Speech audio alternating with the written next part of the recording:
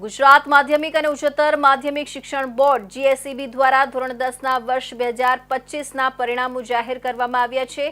આ વર્ષે રાજ્યભરનું કુલ પરિણામ 83.8% રહ્યું છે। રાજ્યના તમામ જિલ્લાઓમાં સુરત જિલ્લાએ પોતાની સફળતાની પરંપરા જાળવી રાખી છે અને 86.20% પરિણામ સાથે ટોચના સ્થળે પોતાનું સ્થાન સુદૃઢ કર્યું છે। સુરતની ભક્તિ ઇન્ટરનેશનલ સ્કૂલમાં અભ્યાસ કરતો શીલ રાવળ અને તેનો ભાઈ જીત રાવળ જુડવા ભાઈ છે। બંનેની જન્મની વચ્ચે 10 મિનિટનો તફાવત છે। ધોરણ 10ની પરીક્ષામાં બેઠક પણ આગળ પાછળ હતી। આ બંનેનું ધોરણ 10નું પરિણામ પણ A1 ગ્રેડ આવ્યું છે, જેમાં બંનેના રિઝલ્ટ સરખા આવ્યા છે। બંનેના 92% આવ્યા છે અને 97% આવ્યા છે। પિતા ઈંટનો વ્યવસાય સાથે સંકળાયેલા છે। પરિવારમાં 3 ભાઈ છે। માતા પિતા અને સ્કૂલના સપોર્ટથી ટ્યુશન વિના જ બંને ભાઈઓએ આ સફળતા મેળવી છે। બંને જુડવા ભાઈઓના સપના પણ એક સરખા હોય તેમ સોફ્ટવેર એન્જિનિયર બનવાની ઈચ્છા છે। રાજ્યમાં ધોરણ 10નું પરિણામ જાહેર કરાયું હતું, ત્યારે સુરતમાં સૌથી વધુ A1 ગ્રેડ મેળવનાર વિદ્યાર્થીઓ છે। સુરતમાં અનોખો સંયોગ સર્જાયો છે। સુરતની ભક્તિ ઇન્ટરનેશનલ શાળાના 2 જુડવા ભાઈઓએ સરખું પરિણામ હાંસલ કર્યું છે। રાવળ જીત અને રાવળ જીલનું 92% પરિણામ આવ્યું છે। મોટો ભાઈ જીલ 554 માર્ક્સ લાવ્યો તો નાનો ભાઈ જીત 552 માર્ક લાવ્યો છે।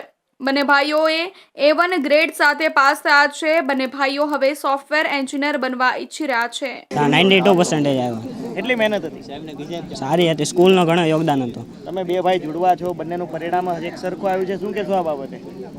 આમાં અમે સાથે ભણતા હતા, મહેનત કરી એટલે સારું પરિણામ આવ્યું। હવે શું બનશો બંને ભાઈઓ? એન્જિનિયર બનવું। બંને ભાઈઓ સાથે ભણતા હતા, બેયના પુસ્તકો અલગ અલગ હતા કે એક જ પુસ્તકમાં ભણ્યા? તો અલગ જ હોય, પુસ્તક અલગ હતા। શું બનવા માંગો છો તમે? એન્જિનિયર બનવા માંગે। સ્કૂલ તરફથી કઈ રીતના? સ્કૂલનો બહુ મોટો યોગદાન હતો।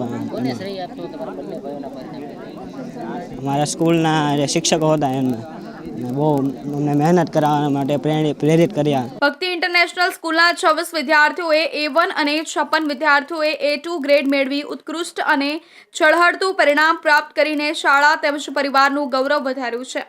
આમ શૈક્ષણિક વર્ષ દરમિયાન ભક્તિ ઇન્ટરનેશનલ સ્કૂલનું ધોરણ 10નું પરિણામ 98% આવ્યું છે। શાળાના ટ્રસ્ટ અલ્પેશભાઈ ગજેરાએ વિદ્યાર્થીઓને શુભેચ્છા પાઠવી અને શિક્ષકોના શ્રમની પ્રશંસા કરી અને તેમને પણ શુભેચ્છા પાઠવી છે।